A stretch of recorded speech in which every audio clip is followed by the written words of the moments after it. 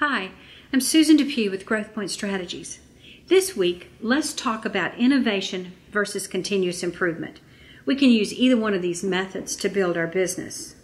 I want us to take a business situation like earnings are down for 6 months in a row. Well, everybody knows if that's an issue we've got to address. So there are two different methods of addressing it. First is innovation. We take a drastic process of change and we do it in a very short period of time, and ideally we're going to see a dramatic turnaround. For instance, we make a major investment in new equipment and we change our management, or we may change our market focus, or we could fire this ad agency and hire a new one. That's innovation. The second way is continuous improvement. This way we look for hundreds of small things that we can improve. We don't change the management, and yet we look for improvements on their existing jobs and what they're doing. This continuous improvement is called Kaizen. And I want us to look further at Kaizen because I think too often we jump to innovation when continuous improvement would work better for us. So there are 4 ways to begin to implement Kaizen or continuous innovation. The first one is to ask them all questions. Ask your team, can you think of a very small step you might take that will improve our process or our product? You know, our brains love to take in questions and find solutions. This particular method is how the microwave was invented.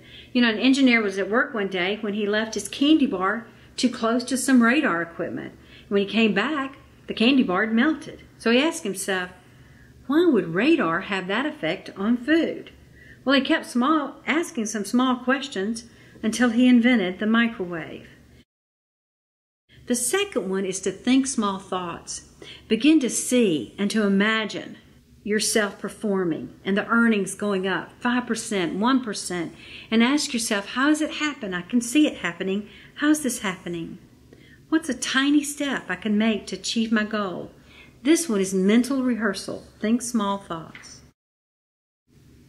Third is to take small actions. You have to enter the arena of action. It could be that you call and check on one more customer a week. The sales team makes one more prospecting call. It could be that you spend 5 minutes a week evaluating a new product. But you start asking, what small step can I take to increase earnings? The last one is to solve small problems. You train yourself and your team to spot and solve small problems. When you see an issue, you slow down. You retrace your steps. You investigate.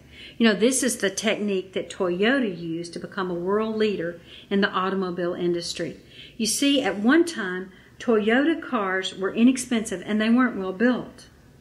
At the time, contrary to the common wisdom of the day, a Toyota manager told any worker on the line that saw a problem, no matter how small, to go and stop the assembly line.